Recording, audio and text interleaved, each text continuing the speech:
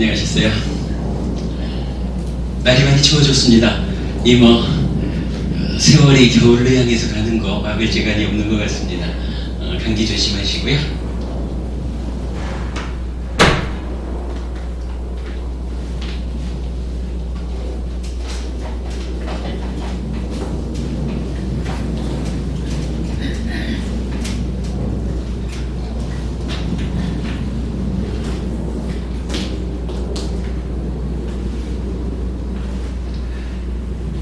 지난주에 옛날 이야기 삼아서 91겁전의 최초의 깨달음을 성취하신 윗바시 부처님에 대한 이야기를 좀 해봤습니다. 그래서 오랜 옛날 이야기를 좀 하다 보니까 이 오래다라고 하는 것이 얼마나 긴 시간일까? 이래가지고 겁이라는 단위를 좀 알아봤죠.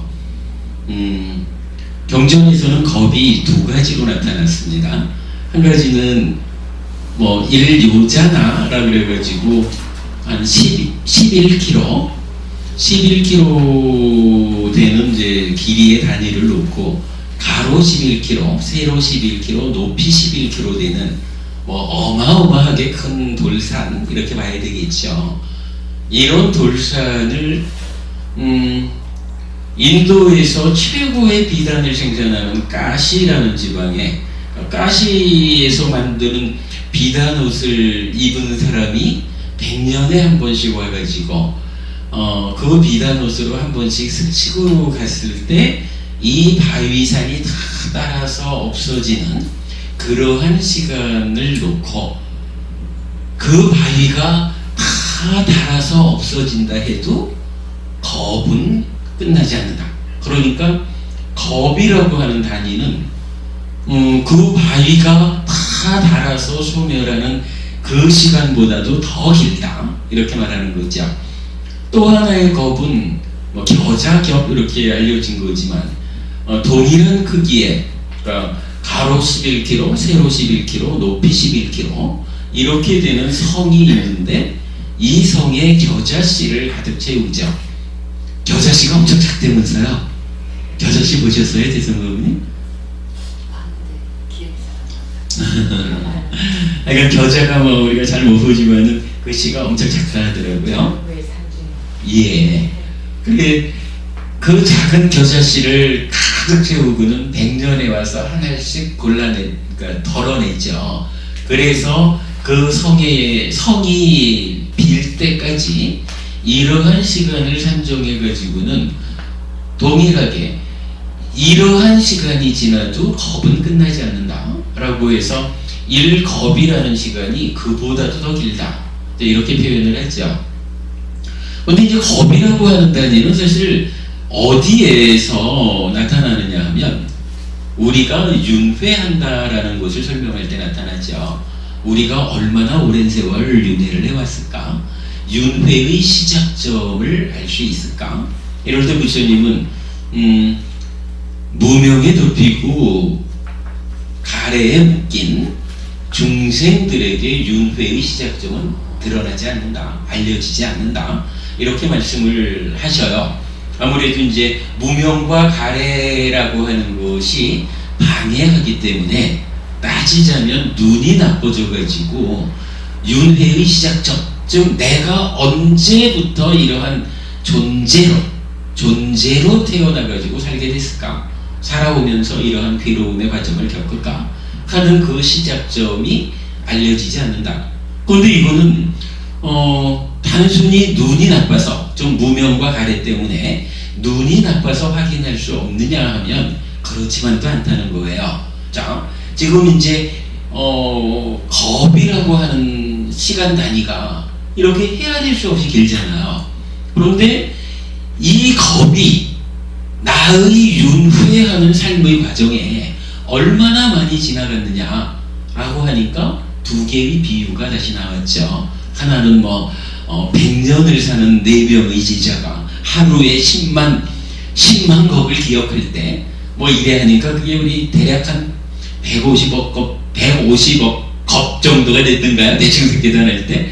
뭐 그래도 그보다 더 길다 이렇게도 말하고, 또 다른 것은 이제 그 강과 강의 모래알 이렇게 얘기해서, 여러분 그 금강경에 나타나는 항하사수라는 말이 나오잖아요. 항하라는 강 주변에 있는 모래의 숫자 이러면 항하사수 이러잖아요. 이때 이 항하가 빨리 오르는 강가 이렇게 되고, 요즘으로는 이제 인도의 겐지스강을 말하거든요. 그러니까 겐지스강이 저 히말라야 밑에서부터 이 인도양이 되나? 인도양 쪽인가 거기가, 그러니까 동쪽으로 바다에 이를 때까지 그 먼 거리에 쌓여져 있는 모래알의 숫자만큼 이 겁이 지나갔다 해도 그 자리가 시작점이 아니다. 그보다 더 멀다. 하여간 드러나지 않는다. 이렇게 말하는 거거든요. 그래서 겁과 관련해서 4개의 경전이 나타나는데, 뭐 직접적인 의미를 가지는 것은 아닐지 몰라도, 우리가 이제 이런 불자로서의 삶을 살다 보면은 겁이라고 하는 긴 시간 단위, 또 이러한 겁이 얼마나 많이 지나갔을까, 이런 얘기들은 이제 틈틈이 나타나게 되니까, 겁이라는 시간과 관련해서 요 정도는 뭐 그야말로 교양적으로 알아둬야 할 얘기다, 이제 이렇게 되죠. 그런데 이제 이 겁이라고 하는 부분을 우리는 옛날 이야기를 좀 하기 위해서 알아봤죠. 옛날 이야기가 두 가지 측면에서 나타나요. 한 가지는요,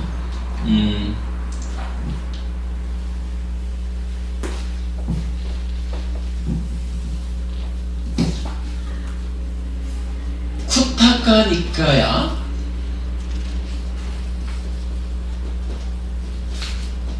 요건 이제 우리가 소부니까야 이렇게 말하거든요. 그러니까 작은 단행본들이 뭐 한 15개 있는 거. 지난번에 우리 공부했었죠. 그 1차 결집과 관련한 주제로서 알려드렸고, 이 쿠타카니까야 중에 붓다왕사라고 하는 경전이 있어요. 불종성경 이렇게 말하는데,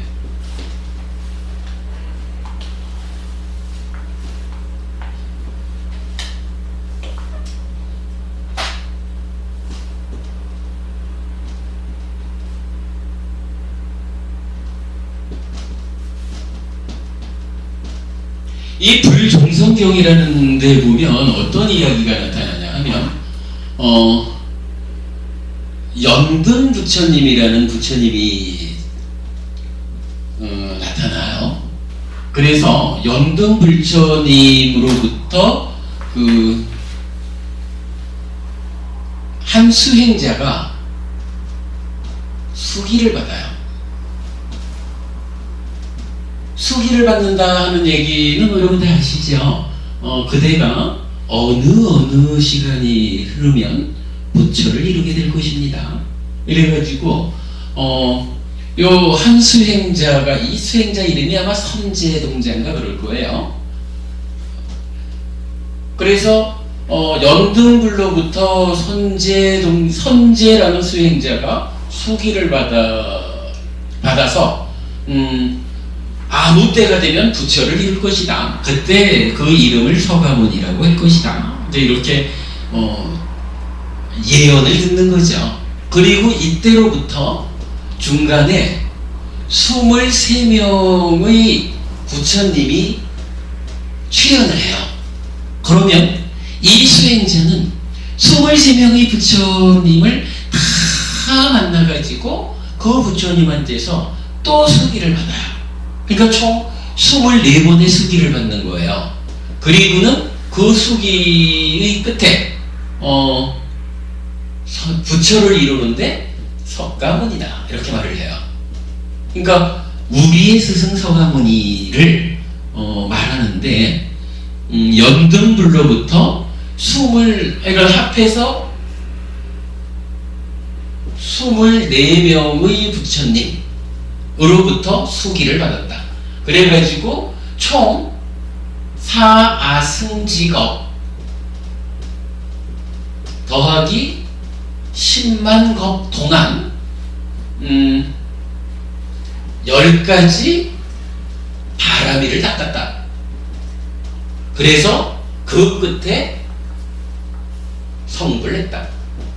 부처를 이루었는데 서가모니라고 한다.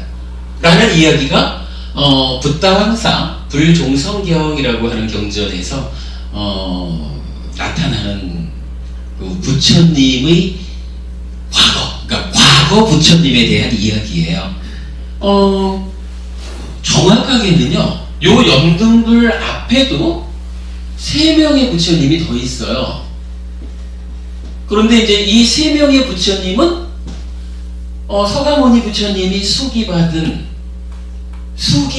부처님은 아니라, 그러니까 이 앞에 3명의 부처님이 더 있기는 했지만 지금 우리 부처님한테 그 수기를 주신, 직접적으로 수기라고 하는 어떤 관계를 맺은 분은 아닌 거예요. 그러나 이렇다고 해도 합하면 서가모니 부처님 앞에 27명의 부처님이 계셨다. 이렇게 말하는 거죠.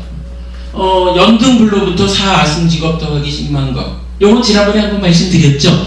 그러니까 나머지가 10만 법이니까 아승직업이라는 단위는 10만 법보다는 그냥 큰 거예요. 헤아리지 못해요. 그게 4개가 더 있고, 그게 4개가 있고 10만 법이 더 있는. 한 겁이란 어떤 거냐 하면 좀 전에 설명드렸고, 뭐 헤아릴 수 없는 이야기죠. 그런데 그 전에 3명의 부처님이 더 있었다. 그러면 서가모니 부처님까지를 합하면 현재까지 총 28명의 과거 부처님이 있었다. 이렇게 말할 수가 있겠죠. 뭐 이게 뭐 중요한 얘기는 아니지만, 그러니까 불종성경에 나타나는 이야기를 이렇게 정리해 볼 수가 있습니다. 그런데 문제는 이제 이게 뭐 우리가 약간 공부를 그래 했습니다만은 쿠타카 니카야, 그러니까 소부 니카야에 있는 경전이니까 어차피 니카야, 근본 경전 이렇게 이제 분류가 되는 경전이에요. 근데 이제 우리는 분명하게 기준을 하나 세웠죠. 부처님이 돌아가시고 나서 3개월 만에 500명의 아라한이 모여가지고 이 가르침이 손상되지 않도록 비법과 비율이 강성해져가지고 율과 법이 약해지지 않도록 하기 위해서 이제 경전을 편찬하잖아요. 그래서 이게 제1차 결집 이러죠. 그리고 우리가 공부하는 거로는 1차 결집의 자리에서는 율장과 사부니까야, 즉 디가니까야, 마치마니까야, 상류다니까야, 안구다라니까야, 사부니까야가 편집되었다. 뭐 이렇게 이제 기준을 세운 거예요. 그리고는 소부니까야거나 또는 논장, 경률론 그래야 되니까 논장이라고 하는 부분은 다 중요한 그 3장이기는 하지만, 만약에 우리가 이제 주목했던 것이 뭐냐면, 만약에 이러한 그 빨리 3장 가운데에서 내부적인 어떤 교리적인 충돌이 있다면, 그 교리적인 충돌 가운데서 우리는 어디를 기준할 것이냐, 어느 경전을 의지할 것이냐 라고 할 때 율장은 뭐 공통적인 것, 변함이 없는 거죠. 그리고 최초 결집에서 편집된 것으로 우리가 이해하는 사부니까야를 기준하겠다, 이제 이렇게 기준점을 잡았죠. 그런 그 측면에서 볼 때 지금 이제 여기 쿠타카니까야 중에 붓다왕사 불종성경에서 이렇게 과거의 부처님에 대한 이야기가 나오는데, 과연 우리가 이런 내용으로 부처님에 대한 이해를 해야 하는가 하는 측면을 봐야 되죠. 무엇보다도 이런 내용이죠. 수기라고 하는 이야기가 나타났고요. 사아승직업 더하기 10만겁이라고 하는 사실은 헤아리지 못하는 이거 뭐 정말로 부처대란 얘기야 뭐야 뭐 이런 실제로 이제 지난번 어떤 학술대회 자리를 가보니까 그 열애장 사상에 대해서 주제로 발표하는 자리에서 어떤 분은 그런 말씀을 하시더라고요. 사아승직업 더하기 10만겁이나 그냥 윤회하는 것도 아니고 10가지 바라미를 닦는 수행의 과정이 이런 이 얘기가 이게 성불의 가능성을 이야기하는 겁니까? 이것이 중생 구제를 말할 수 있는 겁니까? 이런 부분 때문에 포기하는 중생들이 있기 때문에 이 중생들에게 희망의 메시지를 전해주기 위해서 무엇이 나타납니까? 열애장이라고 하는 어떤 사상도 나타나고 불성이라는 사상도 나타나가지고 사실은 이런 시간 이런 바람이 아니래도 그대 스스로가 이미 부처야 라고 하는 희망의 메시지가 출현한 거 아니겠습니까? 그러니까 열애장이다, 불성이다, 진하다, 참나다 하는 부분을 비불교적이라고 말하지 마십시오. 부처님은 그 얘기를 안 했는지 몰라도 일단은 경전에 나타나는 이러한 문제 때문에 필요성이 있어서 생겨나는 이야기 아니겠습니까? 뭐 이렇게 이야기를 발표를 하더라고요. 어느 학자분께서. 그래서 이제 제가 사실 거기에 토를 좀 달았죠. 다른 측면이 있습니다 라고 제가 얘기를 했어요. 자, 그러면 다른 측면이란 어떤 걸까 한번 보겠습니다.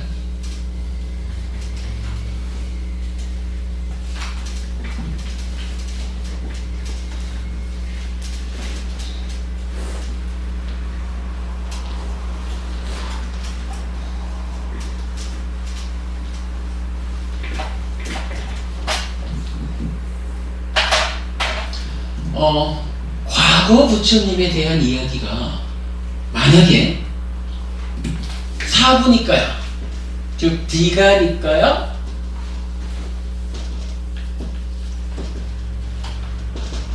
마치마니까요, 상류따니까요, 방부따라니까요. 이 사부니까야 가운데에 만약에 좀 전에 설명했던 이러한 부처님의 어떤 과거, 그러니까 과거의 부처님에 대한 무언가 그 다른 이야기가 있다면,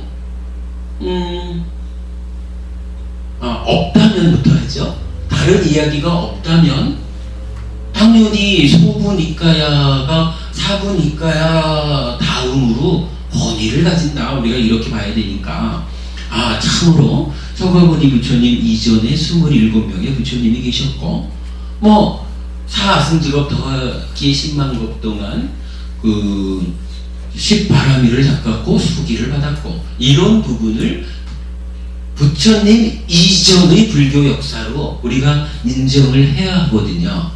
근데 만약에 사부니까야 안에 이러한 과거 부처님 불교의 역사에 대한 이야기가 혹시 있다면, 그리고 그 이야기가 소부니까야인 붓다왕사 불종성경에 서설하는 이야기와 다르다면, 이게 다르다면 우리가 좀 전에 말했던 니까야 내부적인 교리적 충돌이 있다면 우리는 사부니까야에 기준하겠다, 의지하겠다 이렇게 말씀을 드렸던 부분이죠. 그래서 이제 그 부분을 보니까 이런 이야기가 나오는 거죠. 91겁 전에 윗바시 부처님이라는 분이 계셨습니다. 그리고 이후로 5명의 부처님이 더 계셨습니다. 그리고 따지자면 이제 7번째가 되겠죠.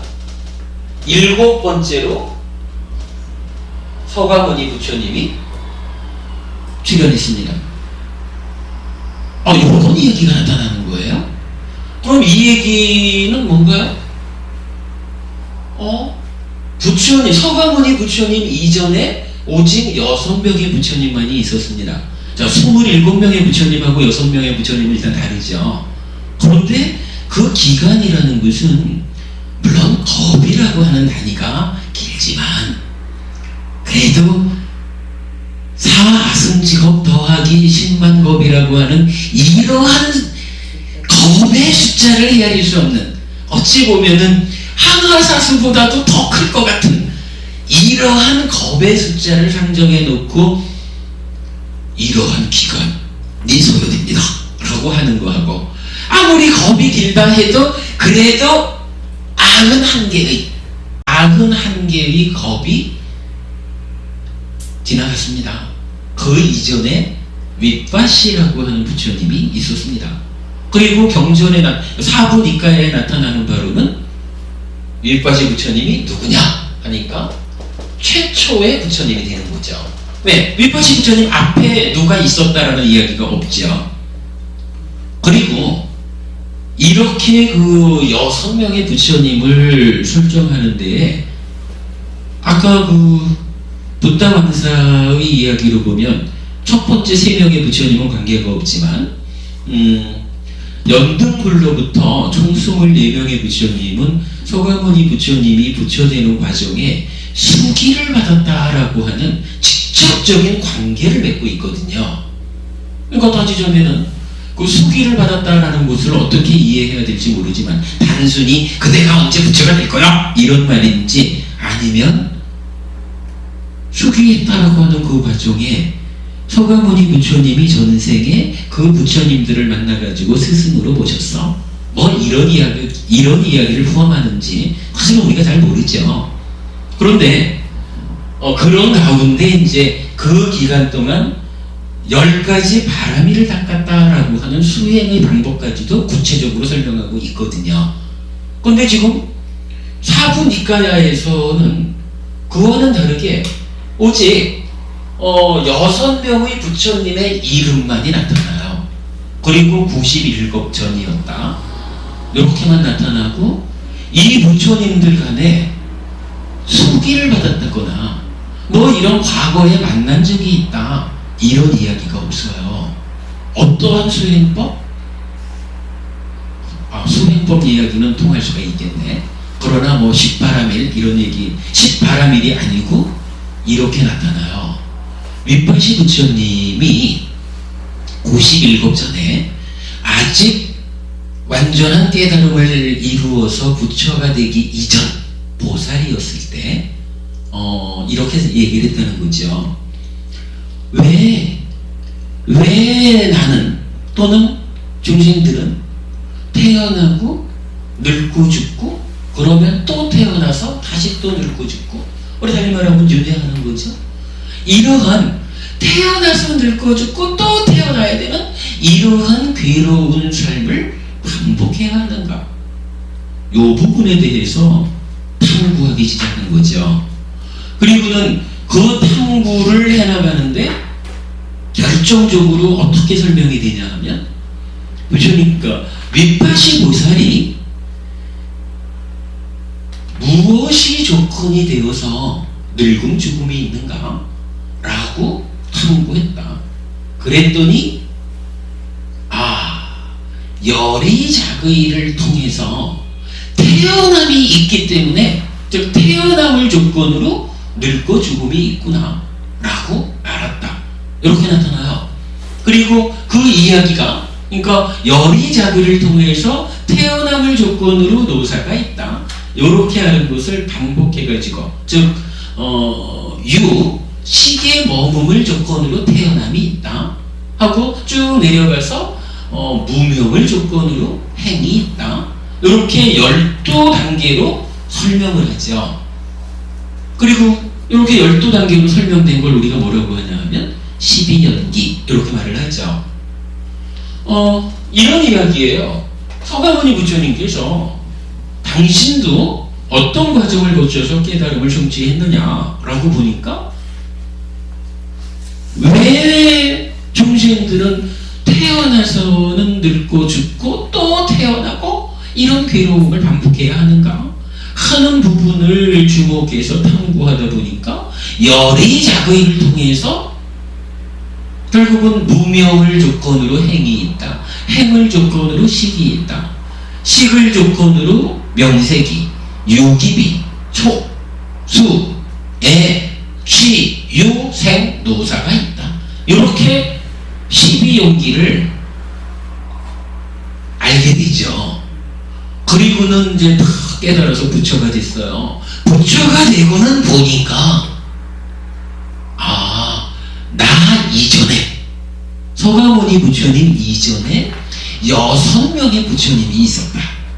6명의 부처님이 모두 이렇게 12연기를 열의 작의를 통해서 12연기를 깨달았다. 그래서 부처가 되었다. 이렇게 설명되는 경전이 있는 거예요. 윗바시경이라는 경에서부터 7명의 부처님 이름이 동일하게 반복되면서 순서대로 나타나요. 윗바시경에서 쭉 7번째로 석가모니경.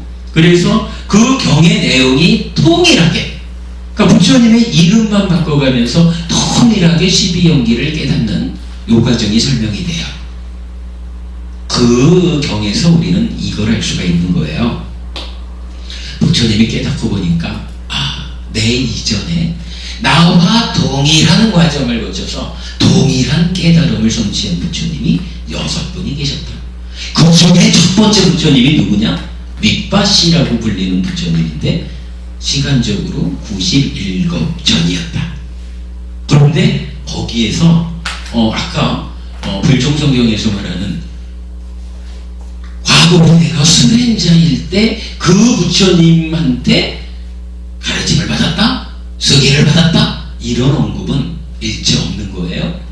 내가 그분들한테서 가르침을 받아가지고 뒷바람이를 닦았다? 이런 내용들이 나타나질 않아요. 오직 한 가지인 거라. 12연기를 깨달았다라고 하는 공통된 깨달음이 있다. 요 한 가지뿐인 거라. 그러면 이 부분을 우리가 뭐라고 표현할 수 있나요? 이 7분을 그러니까 7분을, 그러니까 7명의 부처님을 하나의 틀로 묶어서 우리가 표현하는 것을 저는 이렇게 표현을 해요. 동일한 깨달음에 의한 계보의 형성.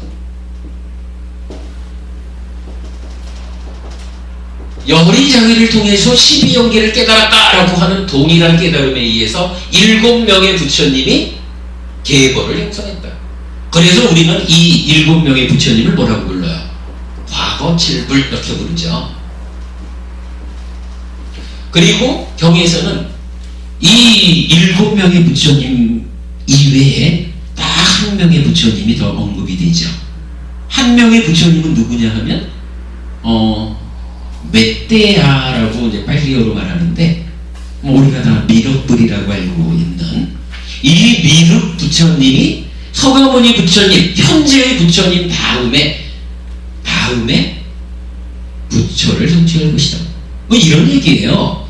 윗바시 부처님이 91급 전에 부처를 이뤘는데 살다 보면 예를 들자면 지구에 있는 사람들이 불교라고 하는 부처님 가르침을 잘 공부하고 있다. 그런데 어쩌다가 지구라고 하는 작은 별 하나가 이러저러한 우주적인 어떤 역학관계에 의해서 깨져버렸다. 이러면은 지구에 있는 모든 생명이 다 소멸했다. 이러면은 지금 우리가 알고 있는 이 부처님의 가르침이 전승되질 못하잖아요. 가르침 자체가 없어질 거 아니에요.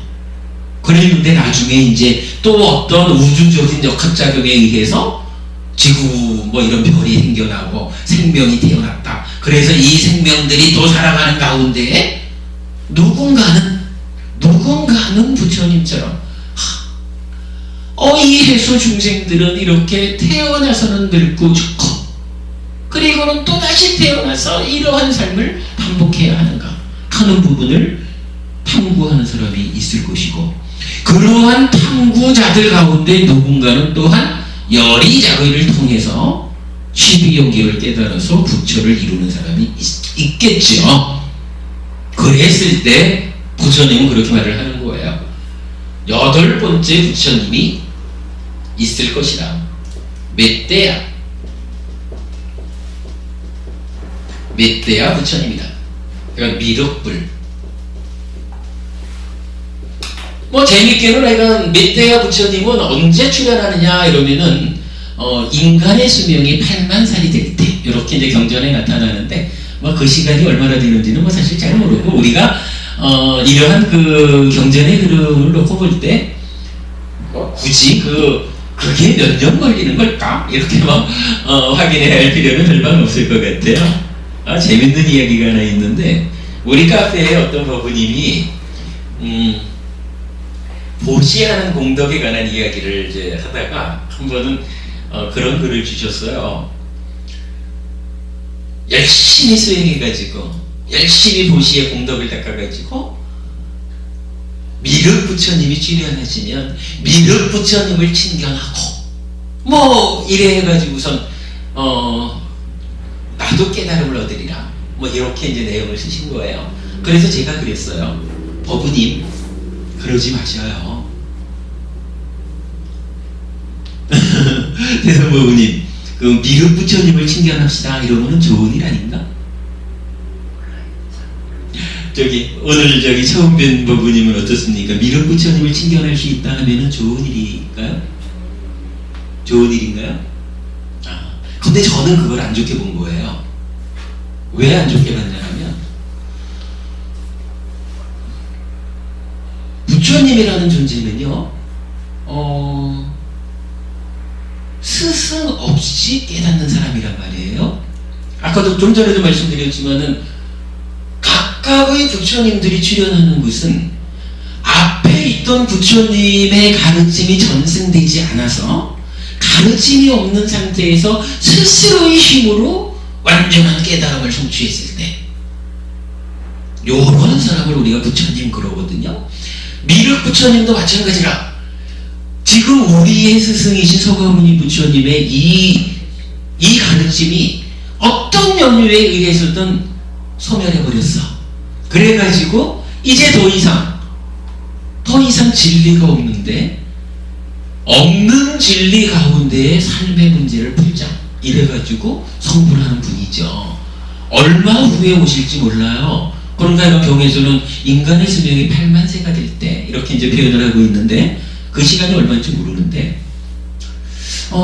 저는 왜 미륵 부처님을 친견하는 거에 대해서 타당치 않다라고 말하냐 하면 우리가 말입니다. 지금 이제 불자로서 공부를 하지 않습니까? 왜 불자로서 공부를 하느냐 하면 부처님 덕분에 행복해지려는 거거든요. 내가 삶을 잘 모르는데 부처님이라는 스승이 있어가지고 삶을 바르게 가르쳐주기 때문에 덕분에 내가 행복해지는 거라. 그러면 이 행복은 어디까지 가느냐 하면 수행을 통해 가지고 나도 아라한 되는 거죠. 그죠? 우리도 아라한을 성취해가지고 다시는 태어나지 않고 윤회에서 벗어나는. 그래서 뭐 그 이후의 존재한테는 설명되지 않지만 뭐 우리가 이건 이해할 수 없는 상황이지만 어쨌든 태어나서 늙고 죽는다는 이런 일체의 괴로움에서부터 벗어나는 거란 말이죠. 아라한을 성취해야 되는 거죠. 그런데 미륵 부처님을 친견하자라고 하면 언제일지 모르는 그때까지 우리가 지속적으로 윤회해야 되는 거라. 근데 우리가 그래도 불자라면 지금 미륵 부처님을 만나도 똑같은 가르침을 전해주실 거고 지금 우리 스승께서도 똑같은 가르침을 주셨는데 이게 미륵 부처님 친견하는 일이 의미 있는 게 아니고 지금 가르쳐 주신 그대로를 우리가 바르게 알아가지고 바르게 수행해가지고 괴로움에서 벗어나는 거, 해탈하는 거, 열반을 정치하고 윤회에서 벗어나는 거, 이게 우리가 해야 할 일이거든요.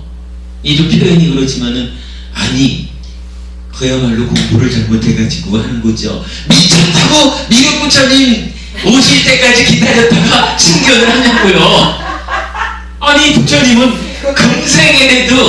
금생에라도 아라한 되어가지고 괴로움에서 벗어나 이렇게 말씀하시는 건데 인간들이 잘 만들 때가 언제 있어. 그때까지 우리는 계속적으로 윤회를 해야 되잖아요. 그리고 그 윤회의 과정에서 까딱 잘못하면은 짐승으로 태어날 수도 있고 지옥으로 갈 수도 있고. 그런데 만약에 내가 지옥에 가 있는데 부처님이 출연하셨어, 못 보잖아요. 곤란하죠. 그래서 이건 제가 그렇게 답을 한 겁니다. 미륵 부처님을 칭견하고자 하지 마십시오. 지금 우리 스승이신 서가모니 부처님의 이 법이 현존하고 있을 때 공덕을 쌓고 수행을 해서 벗어나야 합니다. 제가 이렇게 나타냈거든요. 타당한가요? 네. 이게 참 생각 없이 보면은 야, 미륵 부처님을 칭견하자고 하면 얼마나 훌륭한 자세예요. 근데 아니란 말이죠. 아무튼 그 사부니까야에서는 요렇게 과거 7불에 멧대야 부처님까지 8부처님만이 나타나요. 그리고는 그 시간이 헤아릴 수 없는, 그러니까 겁의 숫자가 헤아릴 수 없는, 이게 아니라 겁으로 91번의 과거, 이렇게 이제 구체적으로 나타나는 거예요. 그리고 그 가운데에 사실은 이 부처님들 간에 어떠한 연결관계가 없어요. 다만 부처님들이 이 세상에 오시거나 안 오시거나 그냥 우리의 삶에는 우리의 삶이 어떻게 이루어집니까? 라고 우리 삶이 전개되는 원리가 있죠. 그 원리라고 하는 거, 뭐 연기법 이렇게 말하겠죠. 이 연기법은 부처님이 오시든 안 오시든 그냥 그냥 우리가 산다라는 가운데 우리의 삶이 전개되어가는, 이루어지는 하나의 어떤 원리지요. 근데 부처님이 안 계실 때는 누구도 이 원리를 모르는 거예요. 그러니까 연기한다, 조건적으로 생겨난다, 또는 12연기 이렇게 괴로움이 생겨난다, 뭐 이런 부분을 아무도 모르니까 그냥 모두가 괴로운 가운데 피 흘리면서 살아가는 거예요. 그러다가 어느 때에 그야말로 스승 없이 스스로 완전한 깨달음을 성취한 이런 부처님이 딱 출현하면, 부처님이 하시는 역할이 두 가지가 있잖아요. 하나는 법을 설하는 것이고 하나는 청정법행을 드러내는 것이고, 그러면 그때 비로소 부처님께서 가르쳐 주셨습니다 하고는 부처님에 대한 믿음으로 그 법을, 설하신 법을 받아들이고 보여주신 청정법행을 뒤밟아 가면서 우리도 부처님처럼 알아가게 되는 것, 요게 우리가 가야 될 길이죠. 그러니까 결국은 그거 딱 하나, 부처님이 계시든 계시지 않든 우리 삶에 작용하고 있는, 존재하는 이러한 원리를 깨달았다라고 하는 동일한 깨달음에 의해서 단지 계보가 형성되어 있을 뿐이지, 윗바지 부처님이 서가모니 부처님한테 어떠한 형식으로든 스승의 입장에 있는 분이 아니다. 요렇게 우리가 보는 게 타당하죠. 그렇다면 이제 사부니까야에서 나타나는 여러한 과거 7불 더하기 해서 8명의 부처님들이 동일한 깨달음에 의해서 계보를 형성했습니다. 요것뿐입니다. 요런 내용하고 소부니까야에 나타나는 28명의 부처님의 이러한 관계, 기간, 수행 방법, 수기, 이런 내용들, 이건 부처님의 어떤 족보라고 말할 수 있는 이런 측면에서 두 가지 사실이 나타나고 있다면, 이제 우리는 어디에 기준해야 될 것이냐. 분명히 소부니까에서 말하는 내용하고 사부니까에가 말하는 내용이 다르죠. 달라도 보통 다른 게 아니죠, 사실은 이게. 그러다면 우리는 당연히 사부니까야, 지금 여기에 나타나 있는 이 내용에 의지해서 가야 되는 거죠. 이거 여러분 공감되죠? 이제 이렇게 놓고 볼 때, 그렇다면 윗바시 부처님으로부터 석가모니 부처님께서는 어떠한 깨달음을 동일하게 깨달았을까? 하는 부분을 살펴봐야 되겠죠. 교재 128페이지를 한번 보시겠습니다.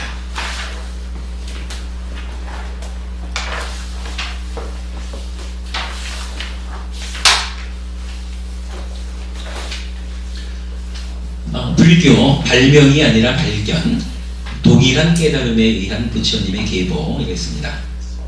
윗바시경에서 삭야무니경, 삭야무니가 석가모니예요. 삭야무니경으로 이어지는 7개의 경전은 부처님의 이름만 달리하면서 동일한 내용이 서해집니다. 윗바시 부처님으로부터 석가모니 부처님까지 7분의 부처님이 동일한 깨달음을 얻었고 동일한 깨달음에 의한 계보를 형성하고 있음을 보여주는 경전입니다. 비구들이여, 윗바시 세전아라한 정등각자가 깨닫기 전 아직 완전한 깨달음을 성취하지 못한 보살이었을 때 이런 생각이 들었다. 참으로 이 세상은 고통으로 가득하구나. 태어나고 늙고 죽고 죽어서는 다시 태어난다. 그러나 늙음 죽음이라는 이 괴로움으로부터 벗어남을 꿰뚫어 알지 못한다. 도대체 어디서 늙음 죽음이라는 이 괴로움으로부터 벗어남을 꿰뚫어 알 것인가? 라고 비구들이여, 그러자 밑바시 보살에게 이런 생각이 들었다. 무엇이 있을 때 늙음 죽음이 있으며 무엇을 조건으로 하여 늙음 죽음이 있는가? 라고 비구들이여, 그러자 밑바시 보살은 열이작의를 통해서 마침내 태어남이 있을 때 늙음 죽음이 있으며 태어남을 조건으로 늙음 죽음이 있다 라고 빤야로서 관통하였다. 이 경전들은 이렇게 현상과 조건에 대한 열이작의를 통해 괴로움의 발생과 소멸 과정을 12단계로 정리합니다. 바로 12연기입니다. 그리고 도시경에서는 나는 옛적의 정등각자들이 다니던 옛길과 옛도로를 보았다. 비구들이여, 그러면 어떤 것이 옛적의 정등각자들이 다니던 옛길과 옛거리인가? 그것은 여러 가지 구성 요소를 가진 성스러운 도, 팔지성도, 팔정도이니, 즉 바른 견해, 바른 사유, 바른 말, 바른 행위, 바른 생활, 바른 노력, 바른 사띠, 바른 사마디이다. 비구들이여, 이것이 옛적의 정등각자들이 다니던 옛길과 옛거리이다 라고 말하며 이 길을 따라 12연기의 소멸 과정을 밟아 괴로움을 소멸하였음을 설합니다. 여기까지를 이제 우리가 좀 보려 합니다.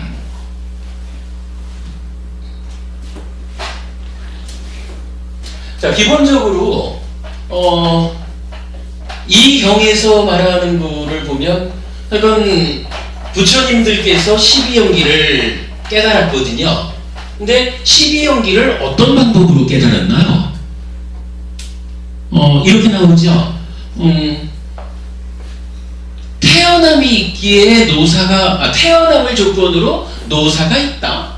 이렇게 이제 말을 했거든요. 그런데 이 태어남을 조건으로 노사가 있다라고 하는 것을 어떤 방법으로 부처님은 알았나요? 예. 그렇게 나타나죠. 열이작의를 통해서.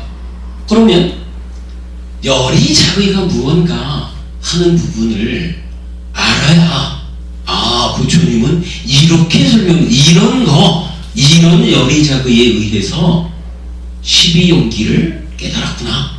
요거가 설명이 되겠죠. 좀 어려운 얘기이기는 하지만, 그래도 우리가 불교의 지금 기본기를 공부하는 입장에서 요 열이작의 이야기를 좀 짚어보고 가려 합니다.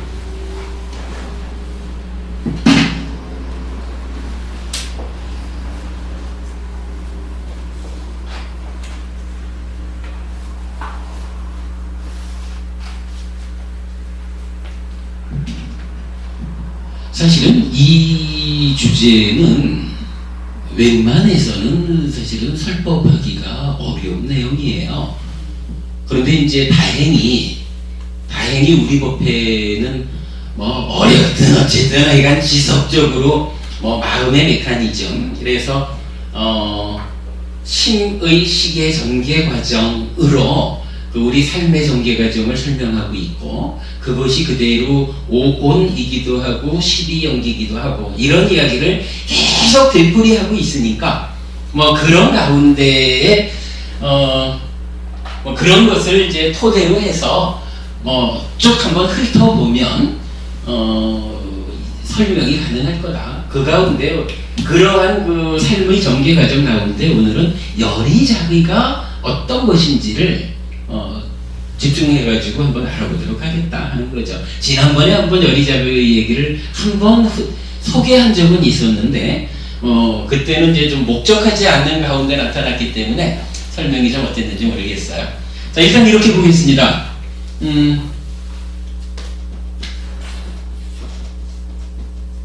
나는 누구냐라고 하면 나는 오치온이죠. 색수상인식 오온에 집착함이 있을 때 이 집착하는 상태가 스스로 나야라고 하는 자아의식을 일으켜서 내가 되어서 살아가죠. 그래서 이 오치온 덩어리가 스스로 나인양 해가지고 내가 되어서 살아가면서 괴로움을 겪고 있다. 지금 나의 삶이 그런 거죠. 이러한 그 오치온이 어쨌든 몸과 마음 이렇게 설명될 수 있으니까 하여간 지금 이 몸을 기준으로 보면 한 100년쯤 지금의 나인 오치온이 살아가는데 그 가운데 100년을 전체로 이렇게 설명할 수 있는 방법은 없죠. 그리고 이제 부처님도 늘 설명을 오치온 덩어리인 내가 지금 이 순간 어떠한 삶을 사느냐 하는 측면으로 지금 이 순간의 삶을 설명하죠. 그 삶의 시작이 어떻게 되나요? 안이비 설신 의. 의가 이제 만어라고 불리는 마음이죠. 그러면 눈, 귀, 코, 혀, 몸이라고 하는 몸을 말하는 감각 주관 이럴 때 요거를 육네이처 이렇게 부르죠. 6가지 감각의 주관이다. 대상을 감각하는 주관으로서의 6가지. 아무래도 안이비 설신 의니까 감각의 주관 이렇게 말하겠죠. 그리고 각각의 대상이 색, 성향, 미촉, 법 이렇게 말하죠. 이거 법, 담마 이렇게 쓰는 거죠. 그러면 눈은 형색을 대상으로 한다. 귀는 소리를 대상으로 감각합니다. 코는 냄새를 대상으로, 혀는 맛을 대상으로, 몸, 피부 이렇게 보면 되겠죠. 피부는 닿는 거, 감촉을 대상으로 감각합니다. 이런 거죠. 그런데 이제 이게 현실적으로는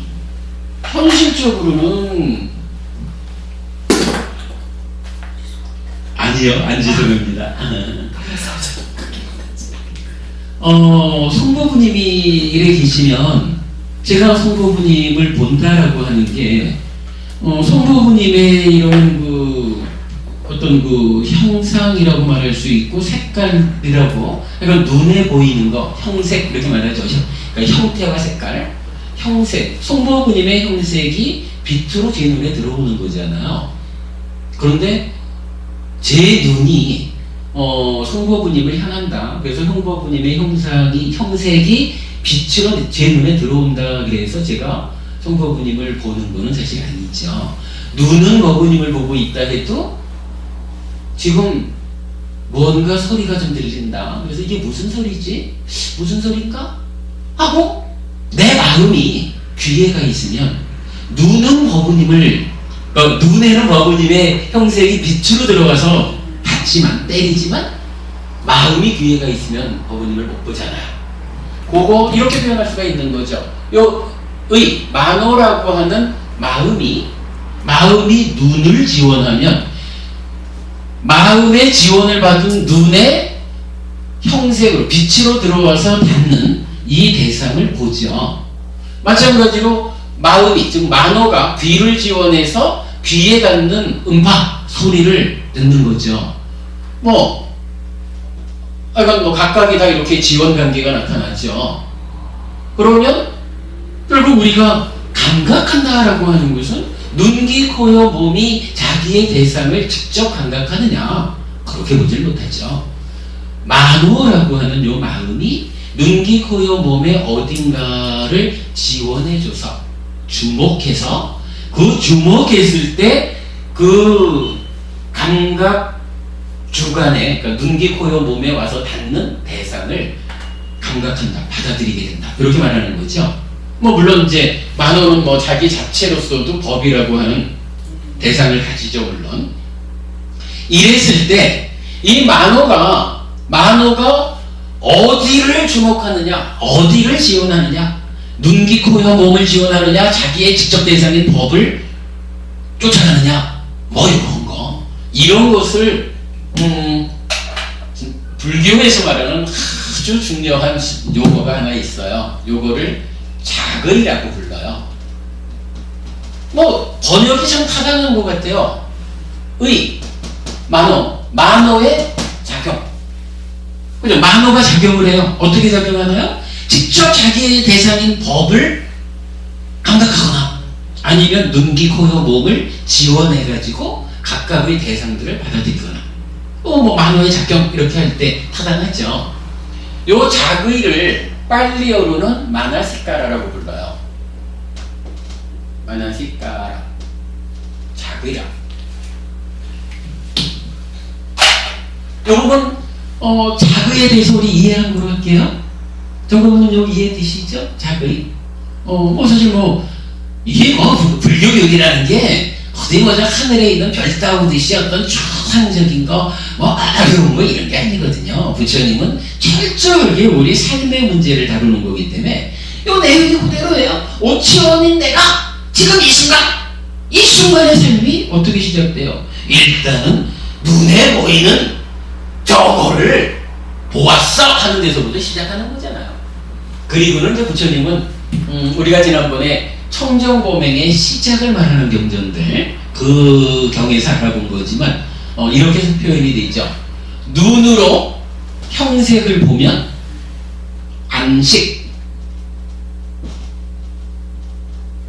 안식이라고 하는 눈의 마음, 요 식이라고 하는 게 이제 윈냐나라고 하는 마음이죠.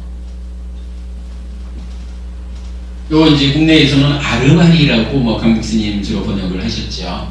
그러니까 눈의 아르마리 이러지만 사실은 뭐 별거 아니에요. 제가 이제 송보부님 쪽으로 눈이 향해가지고 빛으로 들어왔는데 저의 만호가 눈을 지원해가지고 눈에 들어오는 송보부님을 송보부님이 계시는구나. 아무래도 보니까 마음이 갔으면 이제 송보부님이 계신 줄 알죠. 요거 송보부님이 계시는구나 라고 아는 상태. 이거는 마음이 눈을 통해서 보았는데 보고 나니까 송보부님이 계시다라고 아는 상태의 마음이 생겨난 거죠. 요거를 안식 민냐나 이렇게 부르는 거예요. 특별한 거 아니고 이렇게 보니까 뭐 계시네 뭐 이렇게 아는 거. 요게 이제 안식.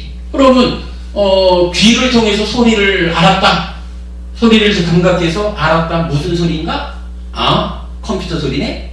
알았다 하면 이식 이렇게 되겠죠. 뭐 그래서 동일하게 의식 6가지의 식이 생겨나죠.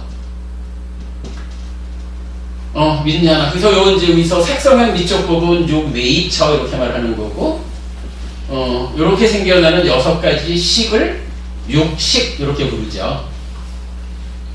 그리고 나면 이제 요 식이 이제 중심이 되어가지고 우리가 언제나 볼 수가 있죠. 만호라고 하는 마음이 대상을 감각하는 작용을 시작을 했는데 딱 감각하고 나니까 민냐나 식이라고 하는 마음이 새로 생겨났네. 만호는 지할 일을 끝냈네. 이런 얘기죠. 이제 이렇게 되면 여기서 부처님이 설명하는 이제 우리 삶의 과정이죠. 어떤 것이 있나요?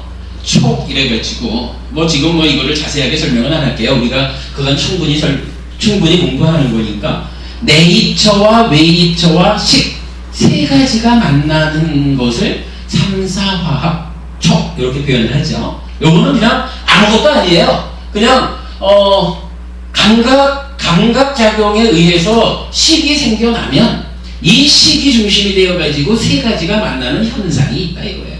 그러니까 성부부님이 계신 줄 아는 마음이 이제 식으로 생겨났잖아요. 그러면 생겨난 식이 성부부님이라는 대상, 거기에다가 우리가 계속 말하는 거죠. 네이처 요거는 감각작용을 마치고 나면 이 자체가 오치원인 나의 지금 이 순간 이거니까 오치원이라는 것은 과거들이 쌓여있는 거잖아요.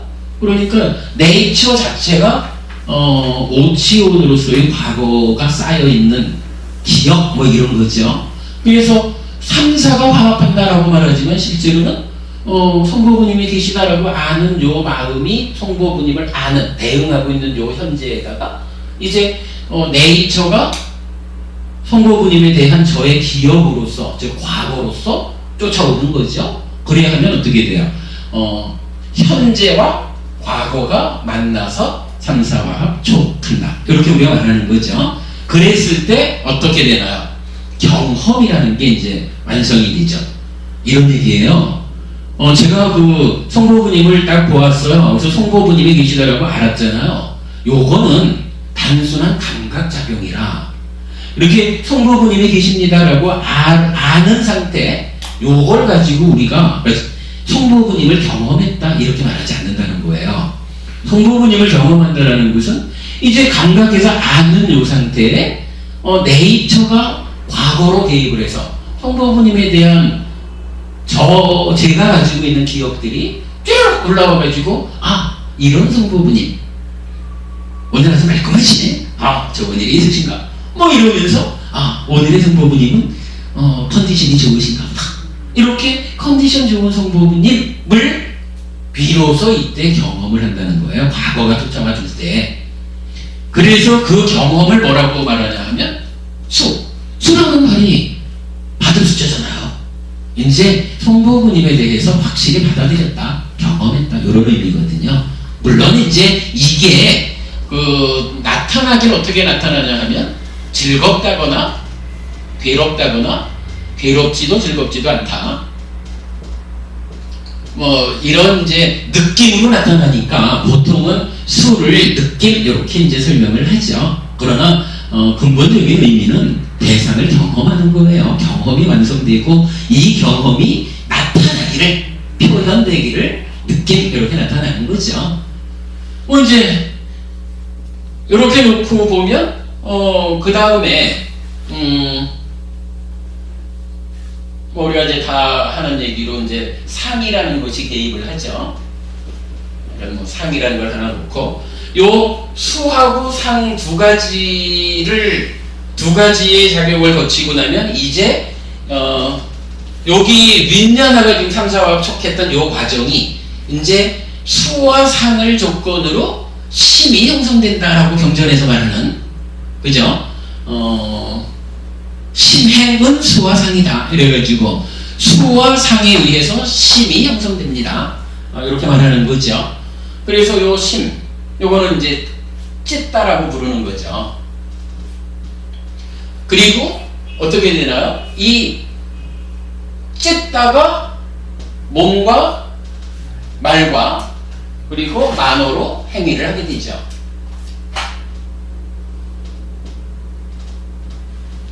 몸과 말과 만어로 행위를 하게 됩니다. 그런데 이제 여기서 한 가지 좀 어려운 일이 하나 생겨났죠. 수와 상에 의해 가지고 심, 즉 찢다가 생겨나서 생겨난다는 것보다는 사실은 윈냐나라고 하는 식이라고 불리는 마음이 이제 제 할 일을 다 하고 나니까 찢다라는 상태로 상태 변화를 해가지고 행위를 하는 거죠. 행위로 나아가는 만호가 대상을 받아들이는 역할을 했다면 윈냐나는 받아들여진 상태에서 생겨나서 대상을 아는 작업을 하고 대상을 충분히 알았다라고 하면 이제 대상한테 행위로서 돌려주는 이런 상태로 이어지는 거죠. 뭐 이렇게 이제 행위하게 되면 행위 이후에는 뭐 어떤 이제 결과가 생겨났죠. 그런데 여기에서 우리가 하나 봐야 되는 것이 요 상이라고 하는 것이 뭐 내적인 어떤 행위 이렇게 말할 텐데 나의 내적인 어떤 행위가 좀 잘못 진행이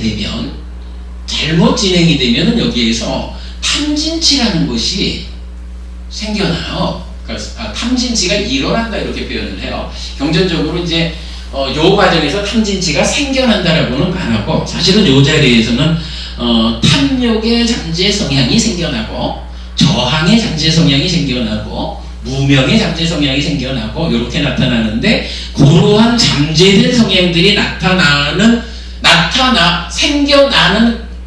생겨나는 것과 함께 이미 잠재되어 있던 것들이 요 내적인 어떤 행위에 의해서 탐진치라고 하는 마음의 오염원으로 일어나는 거죠. 그래가지고 요 탐진치가 찢다, 심이라는 마음을 오염시키는 요런 한 가지 현상이 있죠.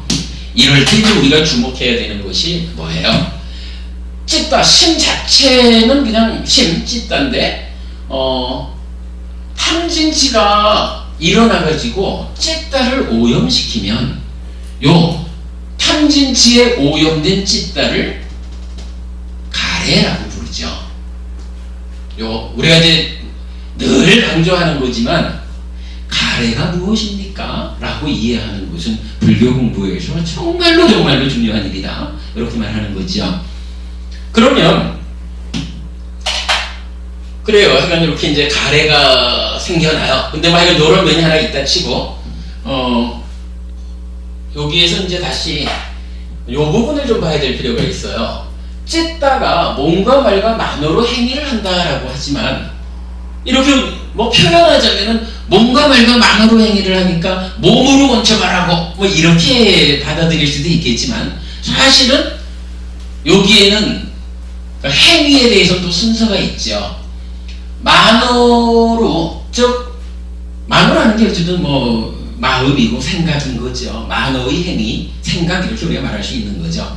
만어가 내부적으로 먼저 생각이라고 하는 행위를 하면 생각한 대로 몸과 말의 행위가 다르죠. 그렇죠? 부모님, 생각 안 하고 행위할 수 있을까요? 아무리 우리가 즉각적으로 반응한다 그래도 그 가운데 만어의 행위, 요거는 따르는 거죠. 그런데 이제 요 만어의 행위가 경전에 보면은 좀 여러 단계로의 설명이 돼요. 제가 좀 기억을 못하겠네. 뭐 보면은 획득, 추구, 해가지고 총 9가지인가로 나오면서 뒤에 2가지는 몸과 말의 행위로 설명이 되고, 앞에 7가지인가는 따지면은 만어의 행위, 요렇게 이제 설명할 수 있는 경전의 내용이 있어요. 뒤에 제가 이제 설명을 드리도록 할게요. 그러한 만어의 행위 중에 한 단계를 차지하는 게 찬다라고 하는 만어의 행위의 단계가 있어요. 그런데 요 찬다라고 하는 요 마음의 행위가 좀 특별한 거예요. 요 찬다를 우리가 이제 보통 어떻게 번역을 하냐 하면, 한자로는 하고자 할 욕을 써요. 그리고는 어떻게 말하나요? 의욕, 열의, 이렇게 보통 번역을 해요. 아주 의욕적으로 행위하죠. 그런가 하면 어떤 사람들은 아주 의욕 없이, 열의 없이 그냥 뭐라 그래, 그러니까 끌려서 어쩔 수 없이 하는 이런 사람도 있고, 어떤 사람은 아주 주인공이 돼가지고 의욕적으로 이렇게 하죠. 그런 이제 의욕이라는 말을 찬다라고 하고, 저는 이제 이게 교리적으로 볼 때는 의욕이라는 표현도 중요하지만 지향한다라는 측면을 저는 좀 많이 강조를 해요. 그러니까 찬다가 의욕, 열의인데 지향성, 이렇게 이제 의미를 줄 수가 있어요. 그런데 요 찬다가 특별한 게 뭐냐 하면, 요 자리에서 우리가 경전을 하나 좀 볼까요?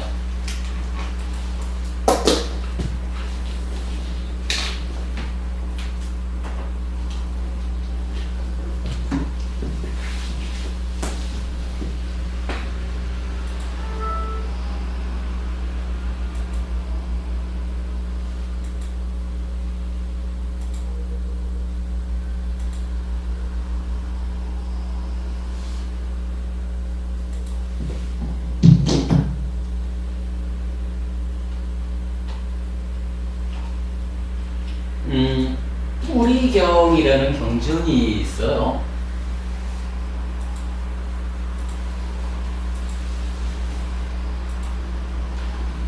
안구따라니까요. 여덟의 모음의 83번경인데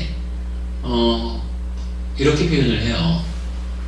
도반들이여 모든 법은 열의를 뿌리로 하며 모든 법은 작의를 근원으로 하며 모든 법은 감각 접촉으로부터 일어나며 모든 법은 느낌으로 모이며 모든 법은 삼매를 느낌으로 하며 모든 법은 사띠의 지배를 받으며 모든 법은 통찰지를 최상으로 하며 모든 법은 해탈을 핵심으로 합니다.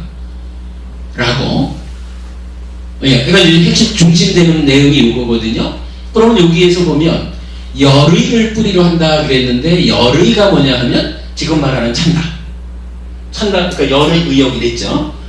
그런가 하면 그 다음에 모든 법은 작의를 근원으로 한다 했어요. 만화식가라 작의 금방 본 거죠. 그리고 나면 모든 법은 감각 접촉, 파사 촉이에요. 그러니까 찬가에서 만나시까라에서 파사 촉으로 이렇게 이제 쭉 넘. 그다음에 외다나 해가지고 이제 쭉 넘어가요. 표현을 이렇게 하는 거예요. 찬가를 뿌리로 하고 작의 만나시까라를 근원으로 해서 찬가를 뿌리로 법이 일어나고 만나시까라 작의를 근원으로 법이 일어나고 뭐 촉을 뭐라 했나? 촉으로부터 일어나며 뭐 이렇게 얘기를 했어요. 그러니까 그렇죠. 이렇게 보면 되겠죠. 모든 것이 일어난다라고 하는 것을 그 경험 이렇게 둔다면 촉에서 경험이 생기는데 이 촉의 근원은 무엇입니까? 작입니다. 촉의 뿌리는 무엇입니까? 찬답니다. 이렇게 이제 말하는 거죠. 이 경전에서. 그러면 여기서 우리가 이런 화살표를 하나 볼 수가 있는 거예요. 찬가라고 하는 것이 기본적으로는 아주 의욕을 가지고 뭔가 말로 행위합니다. 요렇게도 진행이 되지만, 그죠? 요 화살표가 그렇게도 나가죠. 그런데 한면으로는 이 촉이라는 것을 두고 촉의 근원으로 만나시까라 작의 말하면서 그 뿌리에 찬가가 있다. 이렇게 말하거든요. 이런 이야기 같아요. 제가 이제 오늘 수업에서 계속 이제 그 성모부님을 이제 이야기하고 있는데 사실 이 자리에 성모부님만 계신 게 아니거든요. 근데 왜 제가 이 설법 가운데서 다른 분들 다 제쳐놓고 성모부님만 자꾸 성모부님한테로 제 마음이 가느냐고요. 제 마음이 눈을 지원해가지고 성모부님을 감각하고 있다. 그때 작의인 거죠. 그런데 이 작의를 왜 다른 분들한테 작의하지 않고 법부님을 작의할까? 이때 이걸 말하는 거예요. 지금 그러니까 저의 그 만호의 행위, 나의 어떤 생각, 만호의 행위, 만호의 행위 요 부분에서 이 찬가라고 하는 거, 의욕 열의이기도 하지만 지향성이라고 말하는 요게 지금 제 안에서 계속적으로 성부부님을 지향하고 있는 거예요. 그러니까 성부부님한테로 지향하는 요 찬가가 성부부님한테로 지향이 되고 있으니까 작의가 어떡하냐 하면 지향되는 그대로 쫓아가서 작의하는 거죠. 이렇게 말하는 거예요. 타당한가요? 그러면 어떻게 돼요? 이 찬가에 의해서 지향된 대상에게 만화식가라 작의해서 결과가 마음이 생기잖아요. 육식, 그죠? 마음이 생겨나죠? 오늘 처음 이런 설법을 들으실 텐데 괜찮아요? 이해됩니까? 어렵지 않죠? 사실 이게 어려운 얘기는 아니라 우리가 법회 자리에서 이런 얘기를 잘 안 해서 그렇지 이게 우리 사는 얘기인데 어려울 게 있나요? 그럼 이렇게 생겨난 마음이 삼사와 합척해가지고 경험하고 찢다로 변하고 찢다가 원인이 돼서 뭔가 말과 만으로 행위하고 이렇게 나가는 거지요. 그런데 그 중에 만호의 행위 중에 한 단계인 참나가, 요 참나가 몸과 말이 행위로만 나가는 게 아니라 뭐 여기서 요것도 만호고 요것도 만호잖아요. 사실은 동일한 만호죠. 표현하자면 이 만호는 이 만호로 보면 한 단계 앞 단계죠. 그림상으로는 뒤에 있지만 이렇게 화살표가 온다는 것은 앞에 그러니까 한순간 앞에 작의해서 생겨난 마음의 작용 가운데 지향한 것을 지향한 대로 해서 한순간 앞에 것에 이어지는 두 번째 감각작용이 이루어지는 거죠. 뭐 그렇다 뿐이지 이만호나 뭐 하나라고 봐야죠. 그러면 요 얘기가 되죠. 그리고 뭐 이제 그거 조금 더 덧붙이자면 이제 이런 말을 할 수가 있겠죠. 이렇게 이제 그렇지. 그래요. 찢다가 몸과 말과 만으로 행위를 하는데 행위에 이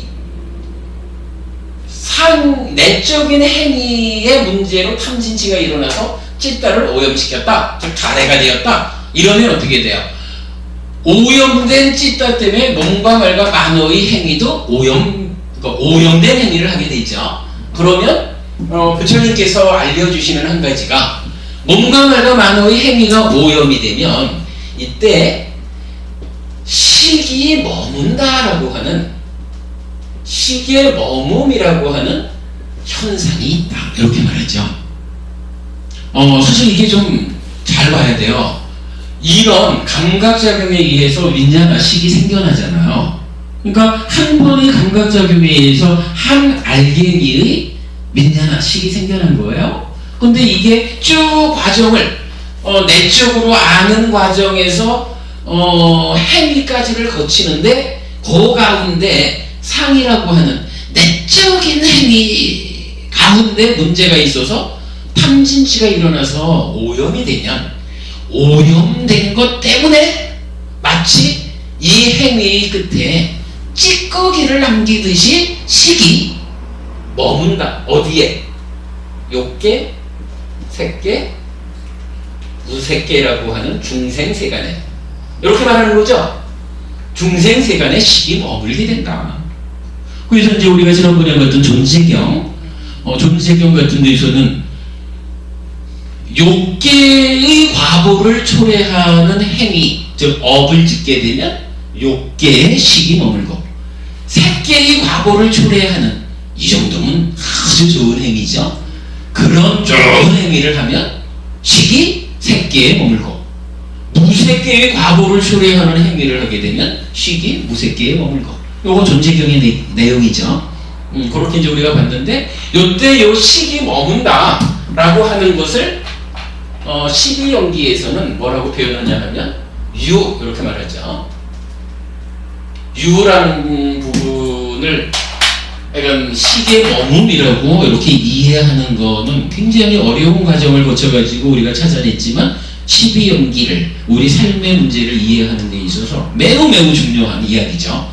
사실 요게 요 유가 식의 머금으로 설명되는 것은 초기 3, 4화합인데 현재와 과거의 만남, 요렇게 설명되어서 경험을 완성하는 요 현상을 이해하는 것만큼이나 유를 식의 머금으로 이해하는 것은 중요한 비중이 있는 것이다. 이렇게 우리가 보죠.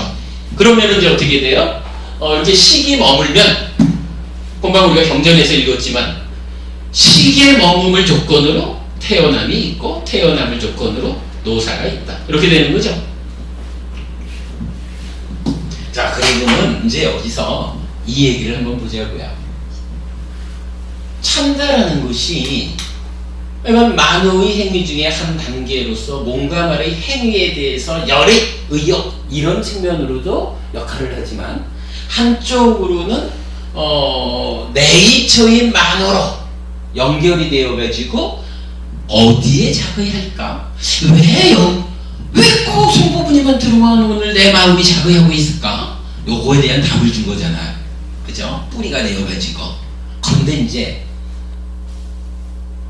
만약에 말이에요. 만약보다 이제 현실적이지, 현실적. 아직까지 우리 삶이라는 게 내적인 문제를 해결 못했기 때문에 탐진치가 일어났죠. 탐진치가 일어나서 찢다를 오염하는, 그래서 가해 상태로 우리가 살아가는 것은 현실이죠. 그러면 찢다가 뭔가 말과 만호로 행위할 때 찬다라고 하는 단계가 하나 있는데, 이 찢다가 탐진치에 오염된 가해 상태일 때는 뭔가 말과 만호의 행위가 오염이 된다고 그랬잖아요. 그러면 만호의 행위가 오염되었다 하면 오염된 행위의 한 단계인 찬다는 어떻게 되느냐? 요거를 경에서는 이렇게 표현을 해요. 찬다, 라가. 찬다는 욕이죠. 하고자 할 욕. 라가는 뭐예요? 탐진치라고 말할 때 탐이거든요. 합하면 뭐예요? 욕탐이죠. 요 얘기는 뭐냐 하면, 뭐 지금 이제 행위로 나아가는 쪽에 일단 좀 덮어두고, 만호로 연결되어서 마나시카라였던 그 지향성을 제시하는 찬다의 입장에서 보면, 탐진치에 오염되었기 때문에 찬다 또한 오염이 됩니다. 오염된 그 상태를 찬다가 탐진치에 오염됐다 이렇게 말하지 않고 대표적으로 탐, 라가 이렇게 쓴 거예요. 그러니까 찬다가 탐진치에 오염된 상태를 찬다라가 욕탐 이렇게 말하는 거예요. 조금 이거 이해되시죠? 욕탐이라고 하는 것이 불교교리에서 상당히 중요하게 나타나요. 예를 들어서 이렇게 표현해요. 부처님도 눈기, 코, 혀, 몸, 만호가 있어서 색성향, 미촉법을 감각해요. 그런데 부처님은 욕탐이 없어서 잘 해탈하신 분입니다. 이렇게 얘기를 해요. 우리는 눈기, 코, 혀, 몸, 만호로 색성향, 미촉법을 감각할 때 찬다가 개입을 하잖아. 이 찬다가 어떻게 개입하냐 하면 찬다라가 욕탐 상태로 개입을 하는 거예요. 그러니까 우리는 해탈에 있지 못해요. 근데 부처님은 욕탐이 없어. 욕탐이 없다라는 것은 이 지향성 자체가 없다 이 얘기가 아니고, 탐진치 때문에 오염된 상태인 라가, 탐진치에 오염된 요것이 없다는 거예요. 그러니까 순수하게 찬다 상태로, 오염되지 않은 찬다 상태로 네이처의 감각작용에 개입한다. 부처님뿐만 아니죠. 아라한은. 왜? 탐진치가 완전히 뿌리 뽑힌 사람이 아라한이잖아요. 탐진치가 뿌리 뽑혀버리면 만호의 행위가 오염되지 않잖아요. 그러니까 만호의 행위는 찬다라가 아니고 찬다 그대로 개입을 하게 되죠. 왜 타당하죠? 이렇게 놓고 이제 보는 거예요. 자, 금방 우리가 이제 오늘 수업에 어렵지만 짚고 가자라고 말씀드린 주제가 뭐냐 하면, 밑바시 보살께서 열이자비를 통해 가지고 태어남을 조건으로 늙음 죽음이 있다 이렇게 하셨잖아요. 요거를 좀 내려가 가지고 무명을 조건으로 행이 있다 여기까지 하셨잖아요. 그래서 12연기를 깨닫고 부처가 되는 거잖아요. 그럴 때 열이자비라는 것은 무엇일까? 열이자비를 통해서 알았다라고 했는데, 열이자비는 무엇일까? 일단 자비라는 것은 마나시카라 나와 있죠.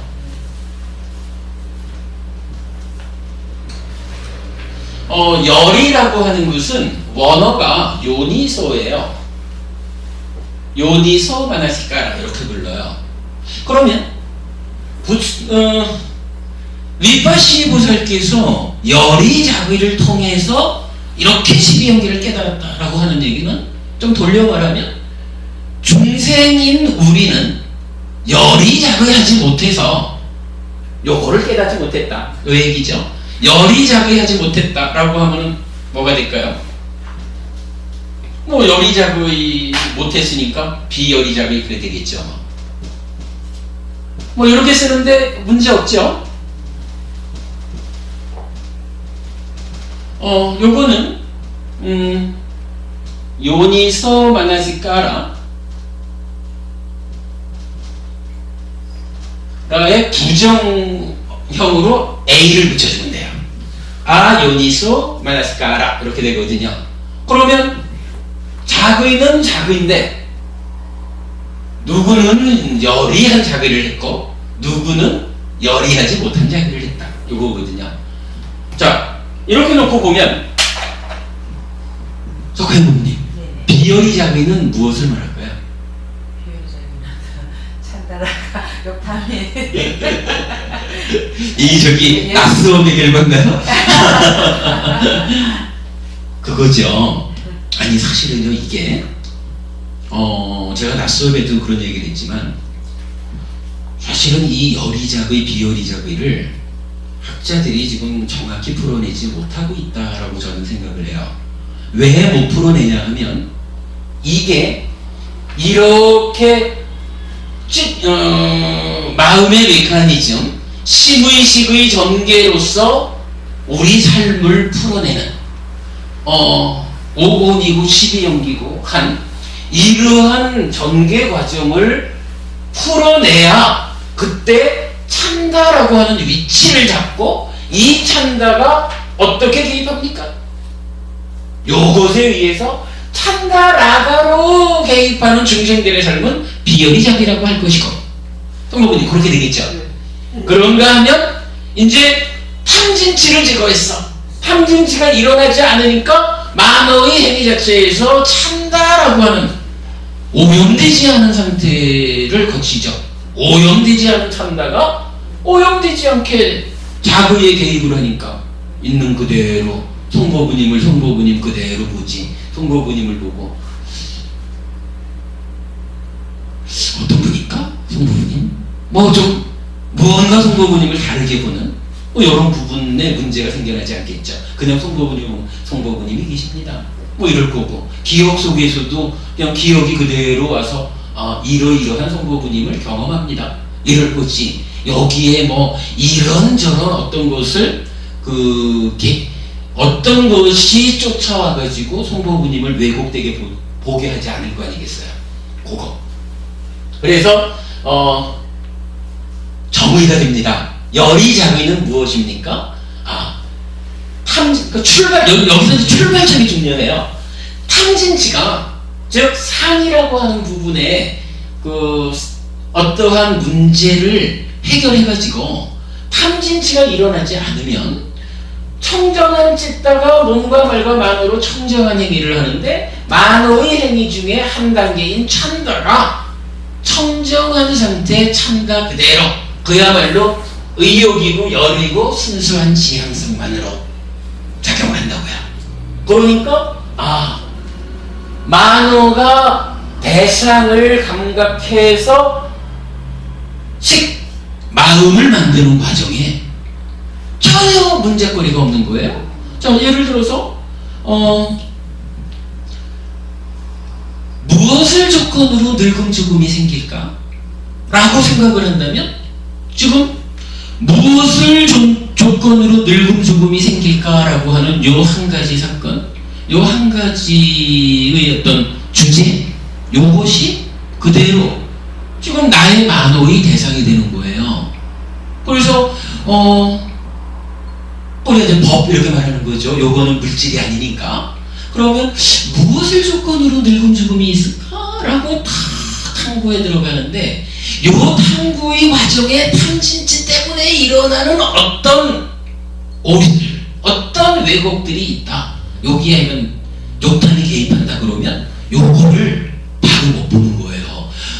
왜 늙고 죽을까? 라고 하는 것을 보는데 어떤 형태로든 욕심이든 성냄이든 어리석음이든 끼어들어가지고 참으로 태어남이 있기 때문에 늙고 죽는구나 이렇게 보지 못한다는 거예요. 그냥 표현을 하자면 우리 사장이 봉급을 제대로 안 주니까 내가 이렇게 늙고 이러다가 죽지? 이렇게도 볼 수 있는 거죠. 우리가 이제 사람 들고 너 왜 늙고 왜 죽는데? 천차만별로 나올 거예요. 그러나 이 부분을 어떠한 오염도 없이 그대로 무엇을 조건 조건으로 늙고 죽음이 있을까라는 부분을 탐구하니까, 방해 없이 탐구해 들어가니까 그때 비로소 참으로 늙고 죽음은 태어남을 조건으로 한다라는 것이 드러나 보인다, 요 얘기죠. 여리자의를 통해서 알았다라고 하는 의미입니다, 여러분. 요거 이해되시죠? 오늘 정말 중요한 공부를 하는 거예요.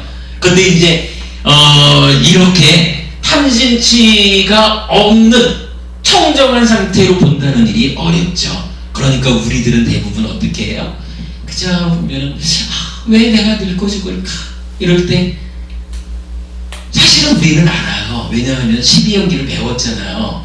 태어남이 있어서 늙고 죽는다, 이렇게 배우기는 했지만 참으로 태어남이 어떠한 것이길래 이 태어남에 의해서 늙고 죽는가 하는 부분을 100% 우리가 확인하지 못하는 거죠.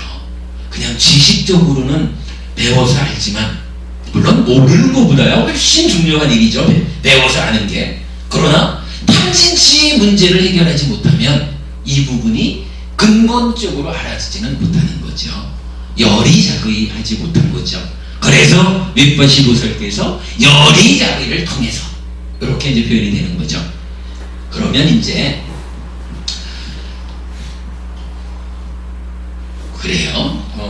현의상 이제 요 여리자의 비여리자를 지울게요.